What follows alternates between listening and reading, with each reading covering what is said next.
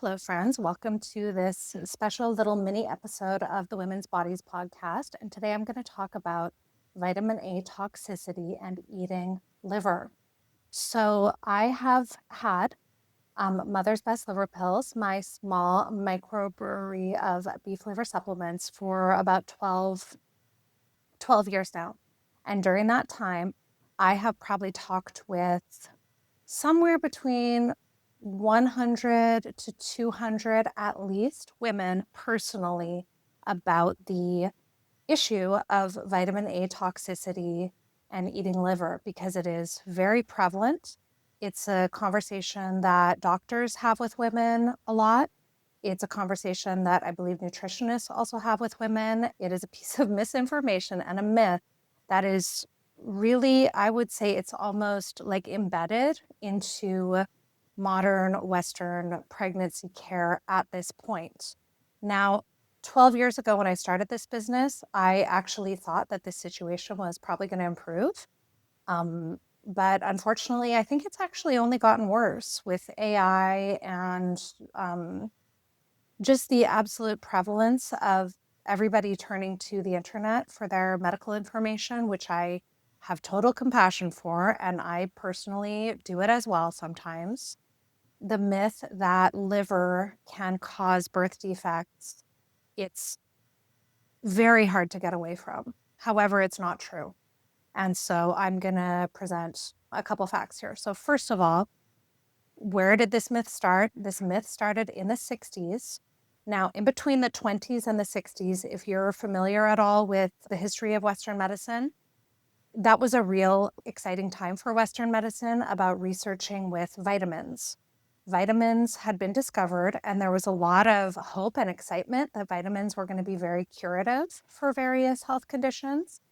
And so there was a lot of experimentation done on animals.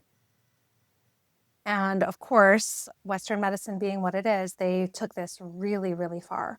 And there was some really, I would say, pretty disturbing and quite cruel research done where they dosed mother pigs with extremely high doses of vitamin A, like in the, 20,000 to 40,000 units, international units daily with them. And the mother pigs gave birth to baby piglets with deformed faces.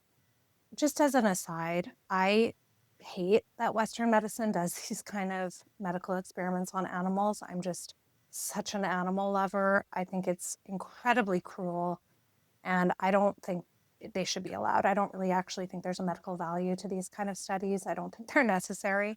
Anyways, the study was done, and then the extrapolation that was made was that foods containing vitamin A were bad for mother humans. Okay. So it's really kind of like a game of medical telephone, really. And interestingly, about 80% of modern American women are deficient in vitamin A at this point. And there has been research to point towards vitamin A and the food source, the animal food source of vitamin A is called retinol. So bear that in mind because we will come back to that word again, retinol. The about 80% of American women are deficient in vitamin A, aka the animal food source being retinol. And interestingly, we're still being steered away from retinol rich foods. And it's one of those things where the concerns with poor vitamin A status in women, it is linked to so many what we would call, not as far as like an actual birth defect, but lowered intelligence. And there has been studies potentially linking it to autism as well. And I think that's concerning. Now, it does seem that the Western medical community is very confused about autism, and it's become almost a political movement as opposed to a health concern. And I do think that modern American parents do deserve answers about this because we've now reached the point, it's 2025, where about 1 in 10 boys in California have autism spectrum disorder. And that's pretty scary and pretty unacceptable. So basically, what happened in the 60s, these cruel studies were done using high levels of vitamin A. Baby pigs were born deformed, and then somehow the medical community decided that liver was unsafe for pregnant women. Now, that said, there has never been, not one single time, a case of a woman having birth defects in her child that was attributed to consuming liver. There's not one single case. You can scour the internet, you can read every single published study you can find. There's never been a case of a woman's baby having a birth defect due to the woman eating liver, because the levels of retinol, which is the animal food source of vitamin A, you would have to eat so much liver to create a problem. It's just not physically possible. And I've actually had some curiosity, especially over the past 5 to 7 years when the carnivore diet has become such a big popular thing. And I've never been a fan of it. It's just very off-putting to me.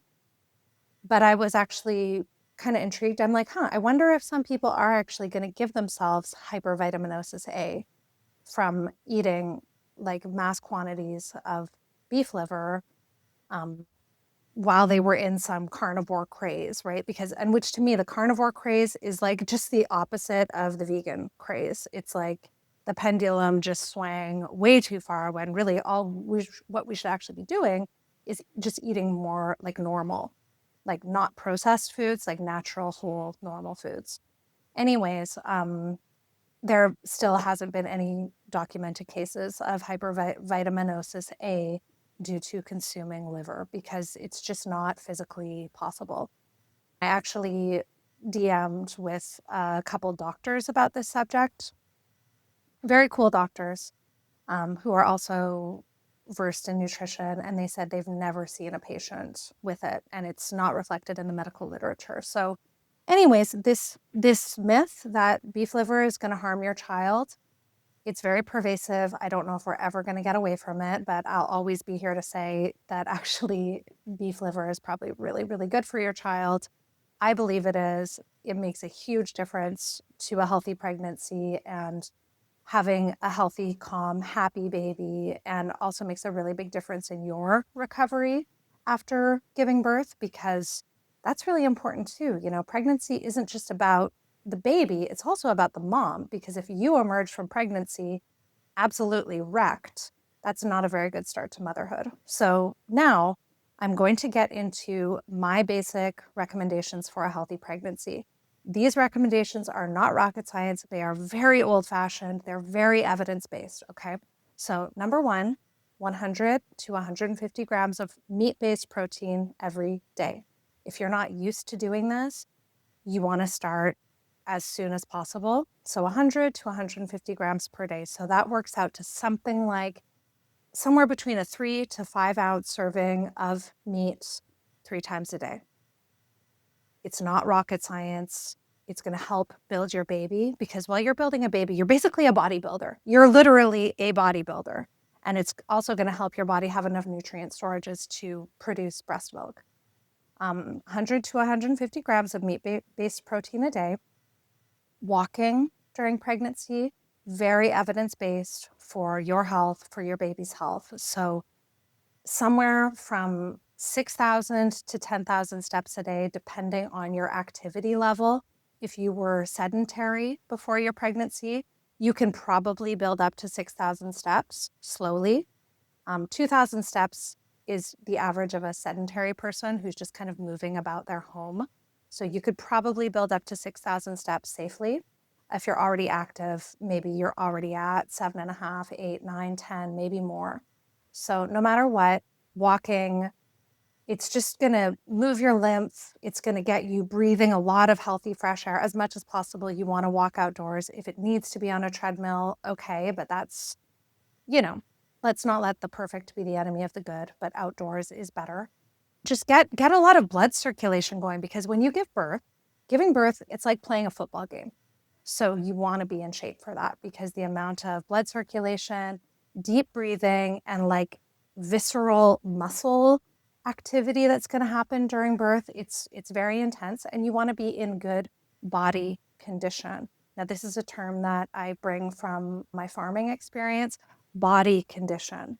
Okay, this is a term that farmers use for goats, cattle, sheep, etc. And good body condition means a body that's not too skinny and also not too fat, a good amount of muscle mass, nice hair, nice skin, bright eyes, happy, quick movements, not anxious, sleeps well, eats well. That's good body condition. So we use that term for our animals, but we can also apply that term to women. And as women, we're so like overwhelmed with all this crazy, stupid beauty standards stuff. But I would love to shift the conversation to body condition. So we're pursuing health, but we're not pursuing it from a point of view of like looking a certain way or having a certain potentially pretty hard to achieve body shape. We're looking at what's our natural body shape. Some women are more willowy, some women are more thick. You know which one you are. Okay. So we're just looking at not being super skinny, but also not being super fat. Somewhere that, that's just healthy. And as far as our hair and our skin, those are markers of our internal health. So usually there's things we can do to optimize those without making it a toxic obsession. Okay. And slathering makeup on is not having good skin. And as far as mood, your mood really shows the quality of your internal organs and your spirit. Now here's some Chinese medicine knowledge coming in. If your body and your cells are happy, you're going to feel happy. You wake up in the morning excited for your day. Something crazy happens and you handle it. Maybe you're a little bit stressed out about something, but then somebody makes a joke and you laugh. That's a healthy mood from a Chinese medicine point of view. You can deal with adversity. You're excited about your life. And your basic baseline is kind of a calm, groovy vibe. And walking will go a long way towards helping you achieve that. If you're not there, don't hate on yourself, but just think that's the goal. So pregnancy, protein, walking, being happy, do not take in toxic social media content or news content. Keep your mind happy. Enjoy intimacy with your partner. And I think the mindset, the walking, and the protein are the biggest things that I would mention. There can be a lot of subtlety here, and I'm always happy to discuss that with you. So don't hesitate to reach out to me via my social media or my website. I'm always here to talk to you. Okay, thanks for listening, ladies. Bye.